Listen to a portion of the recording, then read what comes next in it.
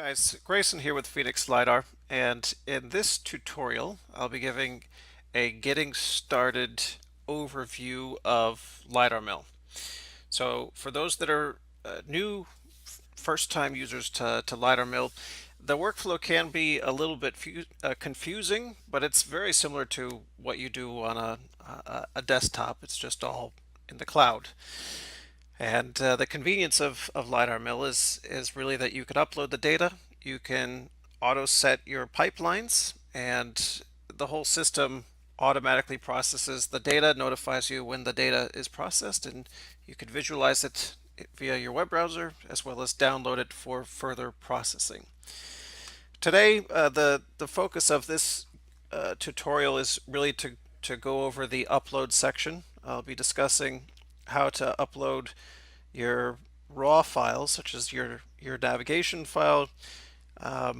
For those that have 4.0, the PLP file, your LiDAR file, as well as the ground control points. And from the upload section, then I'll go into the pipelines of running NavLab, and then from NavLab onto the spatial fuser pipeline, and then visualizing the process data and downloading the data and viewing the reports as well. So let's start with the upload section. It's actually quite simple. This menu on the left is your project window, and then on the right side is mainly your status windows, as well as creating a new project. So to create a new project with LiDARMill, you simply click this link. You enter the project name. So for example, in this one we will do Ranger Duarte 2. And you can give the project name a more detailed description here, but either way you click create, and then it gives you this window where you want to drop all of your data, or you can click it and select the file. So let's click it and let's go to our desktop view, and we'll go to we'll go to desktop, go to Ranger Duarte 2, and the first folder that we want to look for is the rover folder. And ideally the files that you want to pick up are the nav file. Then you hit Control and select. In this case, it's the .ldr and the .rxp, since this was using AVUX. And as well, for those that have 4.0, there may be a PLP, which stands for Phoenix LiDAR Project file. And the PLP is a very good guide. When you add that, it tells you what files to add to the upload as well. This data was acquired prior, so prior to the PLP, so we just need the nav and the LiDAR files. So we click open. And for those that also have GCPs, ground control points, you can add those as well.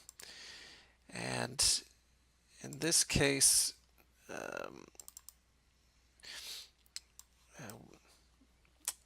we're going to add, so we acquired two projects in Duarte, so we're going to use the same GCPs, but this is a little bit confusing for some. Your GCPs are typically in a CSV or a text file. When you're uploading your GCPs, make sure that you change the extension to .gcp. And you want to make sure that at the very first step, you add your GCP file. Now, to go over that in a little bit more detail,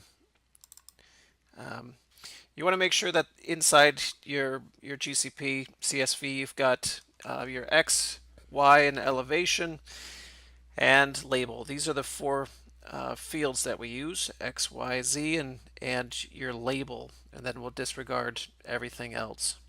So make sure that you have those, and to make sure that you're labeling them as a .gcp. So you could select that GCP and drag and drop it, and that's where you see now the GCP arrive. Okay, the next section is the reference station, and we do support a wide variety of reference stations, everything from the Rhinex format to um, Novatel base stations, Leica base stations, but I'm sure there's some base station file formats that we don't recognize. Just message us, and we would be more than happy to help. Otherwise, just convert that to a Rhinex format. So the reference station, click that. You want to make sure your reference station is within that project folder. You upload that, or you can upload the Rhinex files. In this case, we're just going to upload the .hcn. And we go into the next step. Now, here's the a very important part of upload, and this is the GCP section. You want very first step is to select your coordinate reference system, and we highly recommend you keep it in the file name. So in this case, we're NAD 83 UTM 11 North, and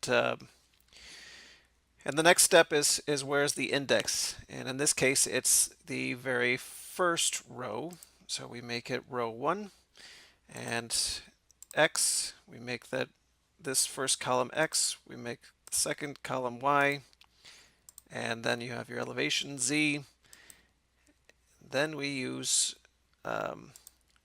under where we had label, we will create that as the name, and as you can see, these other columns are no longer unused.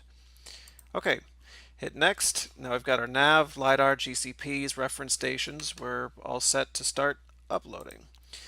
And on the right hand side, you're going to see an upload status. Please do not close your web browser during this this upload stage. Everything is uploading to the site. Typically, your smallest files will be uploaded first, the nav files, the GCPs, and the reference station. And we do that on purpose, primarily so you can get started on the processing of your navigation first, which then will lead into the LiDAR. So right now we're uploading the nav, and so I've already pre-uploaded these files. So let's go back into the project folder, and let's have a look at Mini Ranger Duarte. So if by chance that you did not upload a file, let's say if you didn't upload a GCPs to a project, it's not a problem. You click Add Upload. Then you select GCP.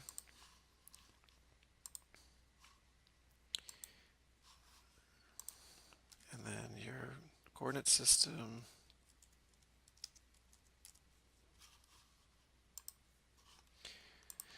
XYZ.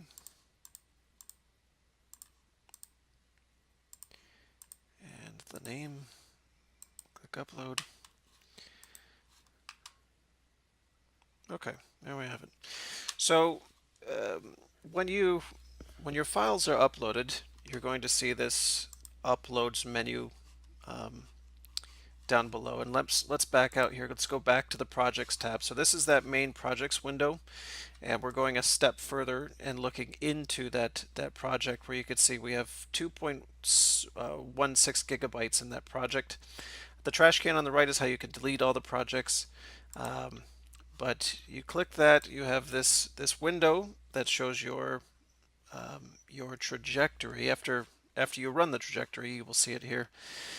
But if we go down to uploads, we will see our GCP, our reference station, our LDR, and a nav file. And automatically, when we upload a reference station, we analyze that. And for the users in the States, we will opus those reference stations. And there will be an analysis. It'll give you a certain accuracy. In this case, I think it was overall about 3 or 4 centimeters. Um, so going back to this, so we know that, and this is very important, this red bar here is a time span. And we will have one for LiDAR very soon, especially if you have multiple LiDAR files like this one does. You can see 2 RXP files.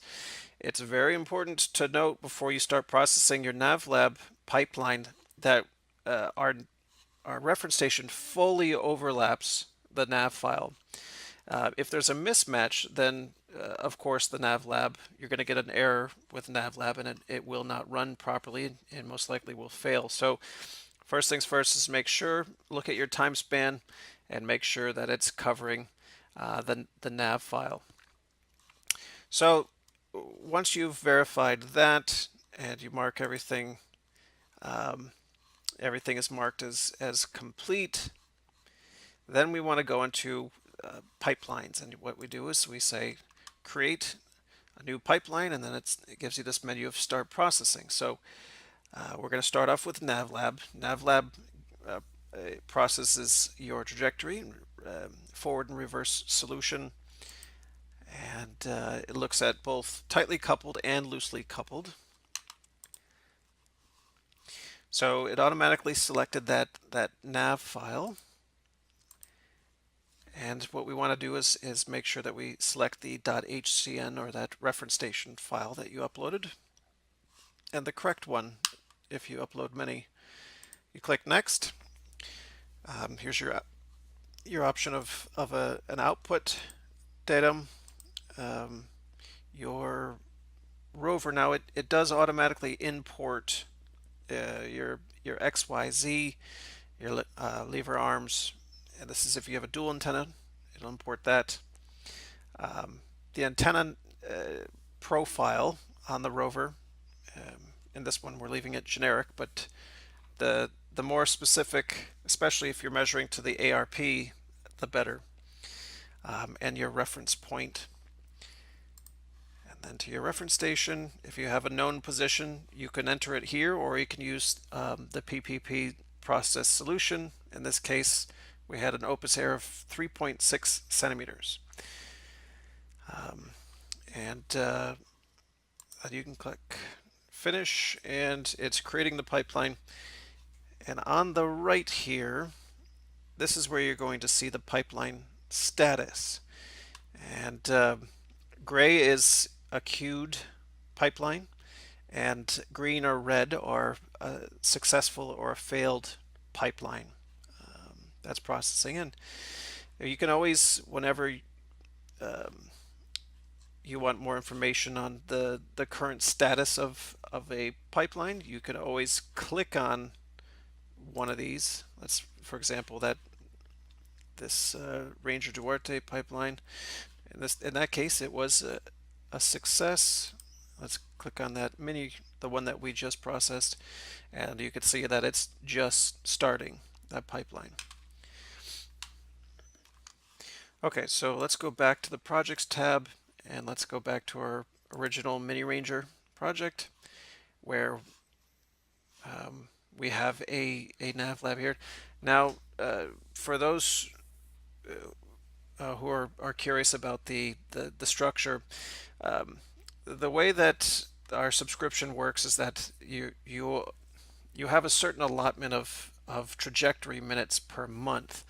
If you want to reprocess the same navigation files, you will not be dinged credits for reprocessing another NavLab. If you upload a new trajectory and a new nav files to a project, then of course it will deduct from your trajectory minutes. So bear that in mind, that if you have to rerun a NavLab pipeline, if you wanted to change something, then it's no problem. That's that will not reduce your NavLab credits. All right, so we have a successful NavLab, and you can see that in green down here. You can also see a check box in the pipeline section. so that that nav lab is complete. And we also know that our uploads for our LiDAR files, the RXPs, are complete. So the next step here is to go to the spatial fuser pipeline, and it tells you right here, here's all your inputs, our GCPs, we've got our trajectory in LiDAR, and the output is in LAS point cloud. So we select our trajectory, and we're going to start with that one. It automatically selects so LiDARMill in the background, for those that have a mini VUX or a VUX, automatically converts the RXP into an SDC. And by doing so, it automatically selects those files. If you have multiple uploads, it will bulk all those LiDAR files into one, which is what we see here. We have both of those RXP files converted to an SDC and loaded here. So we've got our trajectory, our LiDAR data, and now we have to select our GCPs. So we select our GCPs, and the next step, and this is an important one, this new feature is called LiDAR Snap. LiDAR Snap is essentially our flight line matching algorithm. So the LiDAR Snap goes through the raw data and aligns them flight line by flight line. And it's very, very important that you follow our instructions as far as kinematic alignment procedures, as far as proper overlap. We need at least 30% side overlap. We need nice, consistent straight lines. And not to mention, don't forget to run a perpendicular line across your parallel straight flight lines at the very end of your scan. And also, don't forget to do your kinematic alignment forward for forward straight, and then do a figure eight, start your flight, and then do the same in reverse when you finish. Okay, so we've got LiDAR Snap on. You can turn it on or off. This is with a PLP file, and many of the latest version of the file, you'll see this auto-populate. These are your bore sighting numbers. It doesn't populate here because this is an older file, but for the newer files, you will see this auto-populate. In this case, we're not going to manually override the transform. We're going to leave this off and continue as is. But if you do have issues with the point cloud, if it looks like fireworks, most likely that's a result of the LiDAR transform being way off.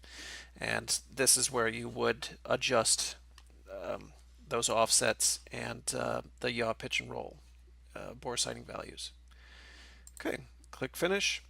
And now it creates a spatial fuser pipeline.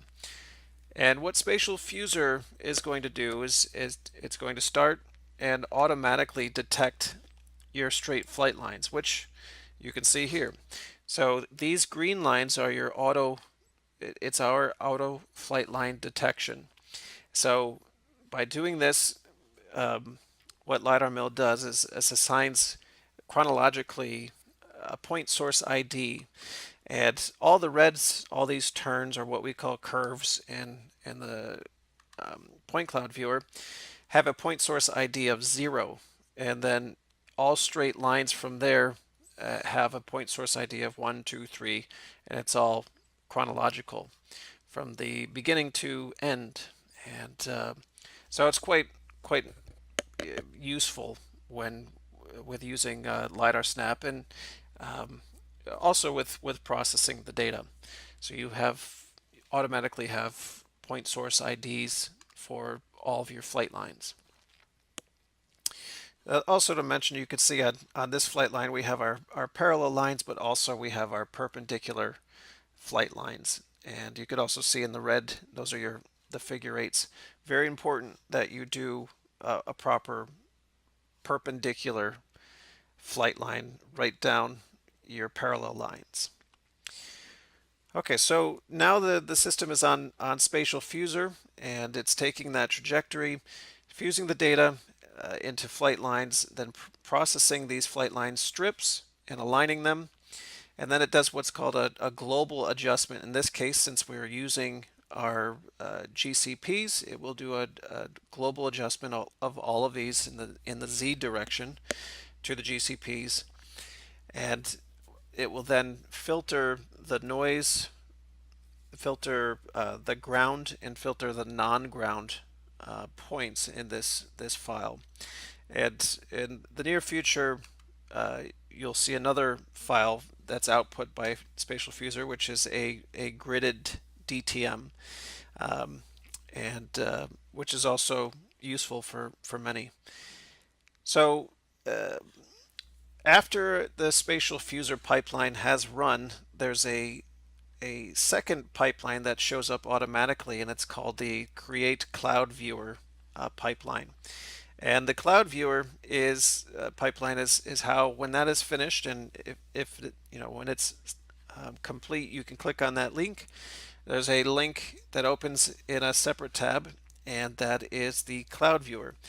I highly recommend that you view the training video that we have, or the overview on the Cloud Viewer. It's quite useful um, to really get an overview of this product. There's a lot of options. There's a lot of weight attribute filtering you can do.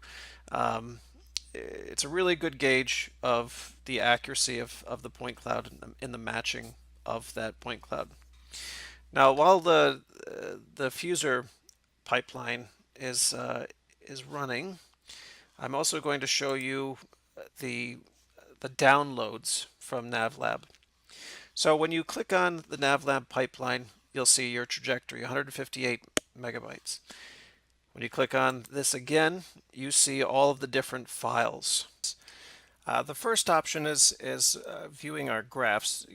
Here you have a details tab within the NavLab, and all you have to do is click on the details tab. You see that the pipeline succeeded, of course, and you click that drop down. It gives you a summary of the output datum, the reference station error of 3.6 centimeters, a summary basically of all the settings that you input into the system, as well as the navigation settings.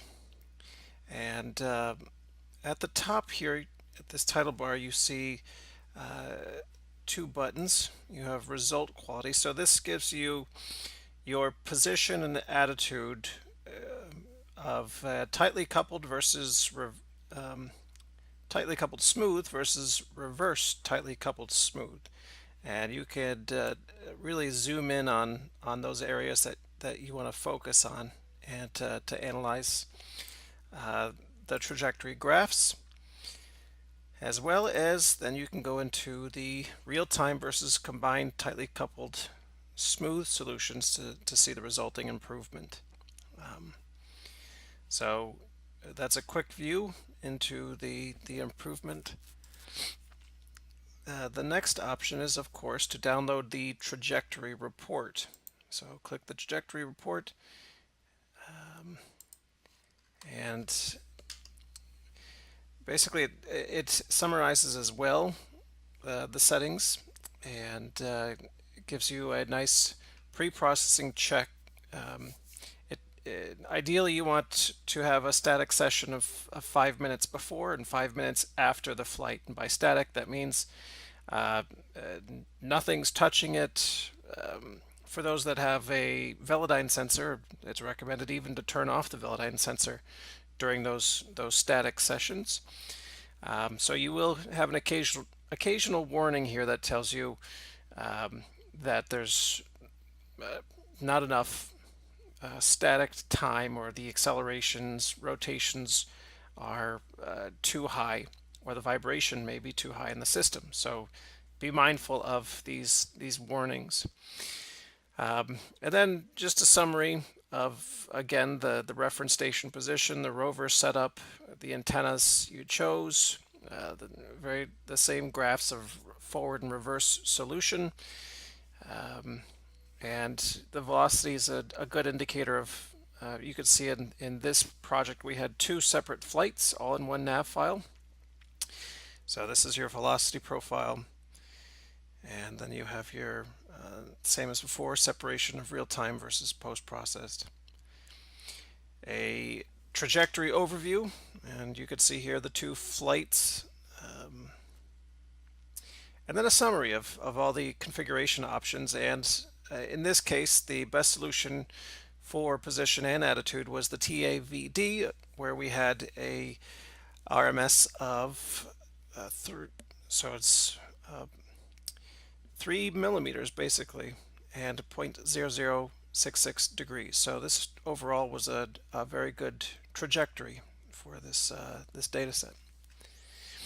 All right, so back to LiDARMill, and let's check on the pipeline. Oh, before I get there to the spatial fuser pipeline, I want to note on the top left you have a help menu. Now this help button opens up it's basically emailing the support staff. So enter in whatever your subject and whatever your question is, or please check our forum. We do have a forum, and there is a link to this when you log in. And I think there soon will be a link to it here. But the profile section is where you can input your information as well as your preferences. The project section is obviously a summary of your projects, so that's the overview. The payments tab is where you select your subscription tiers. And of course, log out. You've got your user manual, and this is also a fantastic resource where you can view step-by-step procedures to understand LiDARMill. And then at the bottom, there's training videos such as this one that you have access to. Okay, so let's go. So we've got NavLab, and our spatial fuser pipeline is now complete. And if you click the drop-down menu for the spatial fuser pipeline, you will see an LAS point cloud of 1.05 gigabytes, and we have a LiDAR snap LAS file, a out classified LAS, and a converted trajectory. So these two are your trajectories. Let's look into the details section and dig down a little bit further. And the same thing as before, any summary of the spatial fuser options will be here. So LiDAR snap, soon to be field of view and min and max range options. Your GCPs, here's the summary of your trajectory, and then here's your point cloud. So the out classified LAS is your ground, non-ground, and noise filtered LAS file.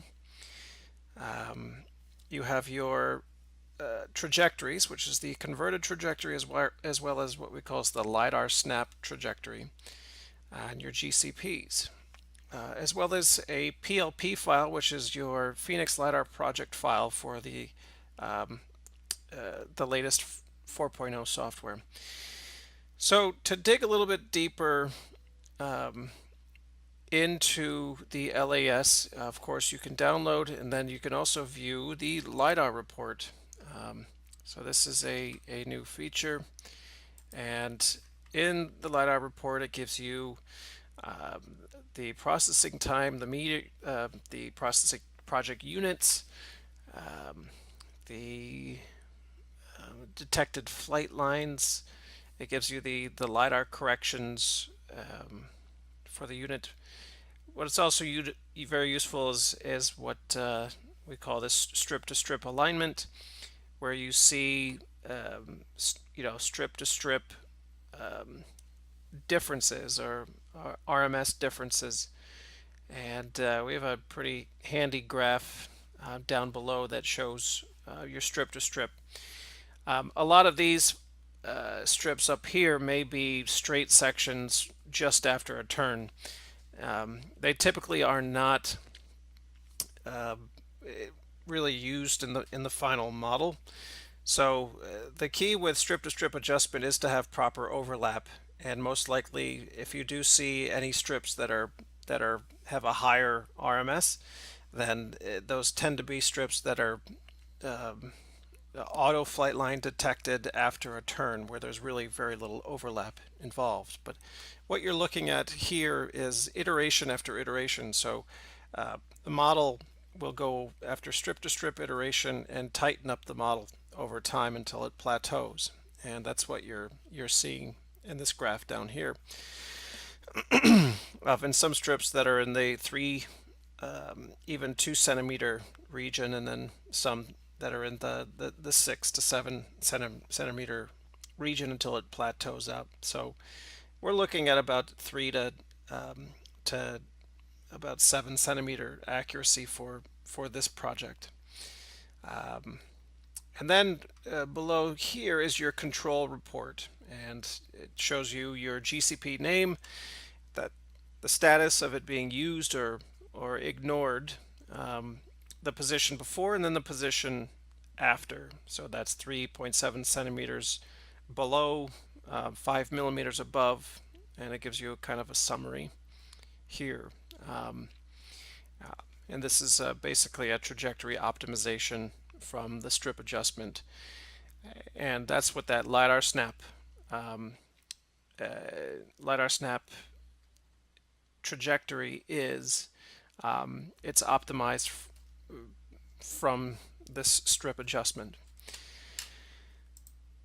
Okay, so that is the report as well as the ground report. Once the spatial fuser pipeline is complete, then it automatically goes into what we call the cloud viewer conversion pipeline. And so that's what you see right above it is create cloud viewer. And this button right here is what opens up the cloud viewer into a new window. And this is quite handy because you can visualize, and that might happen. You might have to refresh to open up the point cloud. But this is what allows you to visualize the point cloud. It allows you to visualize your trajectory, allows you to visualize the ground control points, allows you to visualize everything. And I have a more in-depth training on the cloud viewer, and you can check that out in the same video menu where you found this video. But just to give you a brief overview, the cloud viewer is a web browser viewing that is based on Poetry, created by Marcus Schultz, and it's an excellent program that's very similar to Google Earth, where it tiles. You can see the individual tiles. It tiles the point cloud, and you give your web browser a point budget. So ideally, the better the graphics card that you have, the more points that you can load. And if you have not such a great graphics card, then we'd recommend you keep the point budget low. But the more points that you load, the more detail that you're going to see in the point cloud.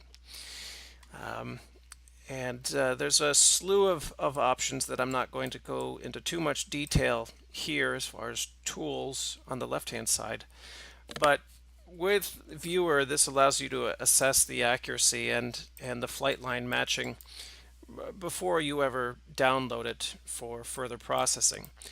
So you've got your tools, you've got your appearance menu, you've got the scenes where you could see all of the flight lines.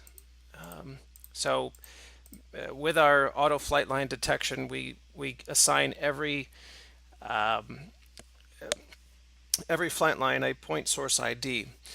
And we start with point source ID of 0. Point source ID 0 is all of your turns. And to make that easier to visualize, go down into the materials tab, and then you'll see all of these attributes. Open up the composite tab, and you'll see these attribute weights. So point source ID, and let's visualize it this way. All of the turns we give a point source ID of 0. Point source ID 0, if you color by the point source ID attribute, you could see all these turns here. To chop off all of those curves or those turns, you just select this button here, and that cuts off all of those turns. Those turns will influence the accuracy, so it's important that you do isolate those curves. So there's a slew of options that you have with this cloud viewer on visualizing based on so you can see here we have got good intensity. These are all attribute weights, so if we just want elevation, or if we want to look at classification, or even return numbers. So you can see actually under the vegetation we have good return numbers. Oh, just a key with the cloud viewers, whenever you want to zoom in on an area, just double click that area. You'll see this little red dot pop up, and it allows you to orbit around that red dot. The left mouse button is how you orbit, the right mouse button is how you pan, tilt, and the mouse wheel is how you zoom in and zoom out. You've got amplitude, reflectance. These are all attribute weights, and down below the attribute weights is how you basically optimize or filter those attribute weights. So for example, here we have GPS time, so we could sort by GPS time. We could sort by and let's add point source ID. We could quickly filter by point source ID, and scan angle. There's a slew of options here. So yeah, again, watch the video. If you want to see that the video is always embedded here into the cloud viewer by clicking this button here, and you'll have a pop-up window with that video included. At the very bottom, not to mention, you have your filters of low points, unclassified, the unclassified points, ground, never classified. And last but not least, so let's turn off the trajectories. So we've got our converted trajectory as well as the LiDAR snap trajectory. And if you zoom in on here, it's a little bit confusing, but you could see two trajectories. I'll turn off the LiDAR snap. So that's that is your converted trajectory, and then our LiDAR snap trajectory.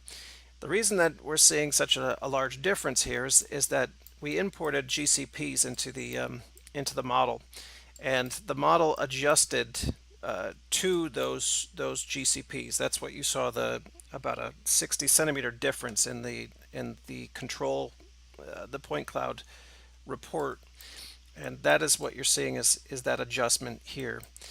If we zoom in, and I always like to see a little bit of intensity with elevation.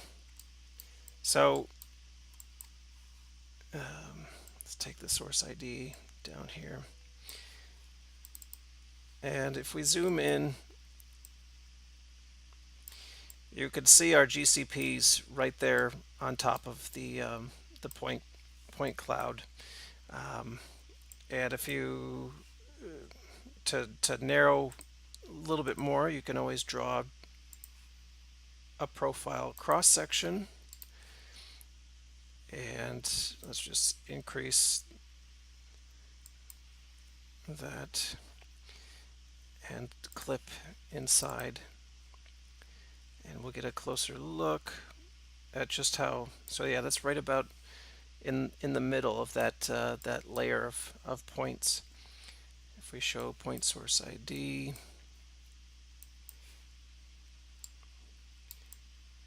yeah, now you can see where that GCP lies. So that's another visualization of checking which GCPs may have failed or which GCPs may have caused issues, um, and how well the point cloud matched to those GCPs. So that is it in a nutshell. That is the Cloud Viewer option. And yeah, so if you have any questions, feel free to message us, to send us an email. Check the forum for all the latest updates. Post questions there. A lot of users will also provide you feedback. Um, and we hope that you enjoy LiDARMill. It's once you get used to it, it's a very easy and useful tool. And uh, yeah, let us know if you have any questions. Thank you for listening. Bye bye.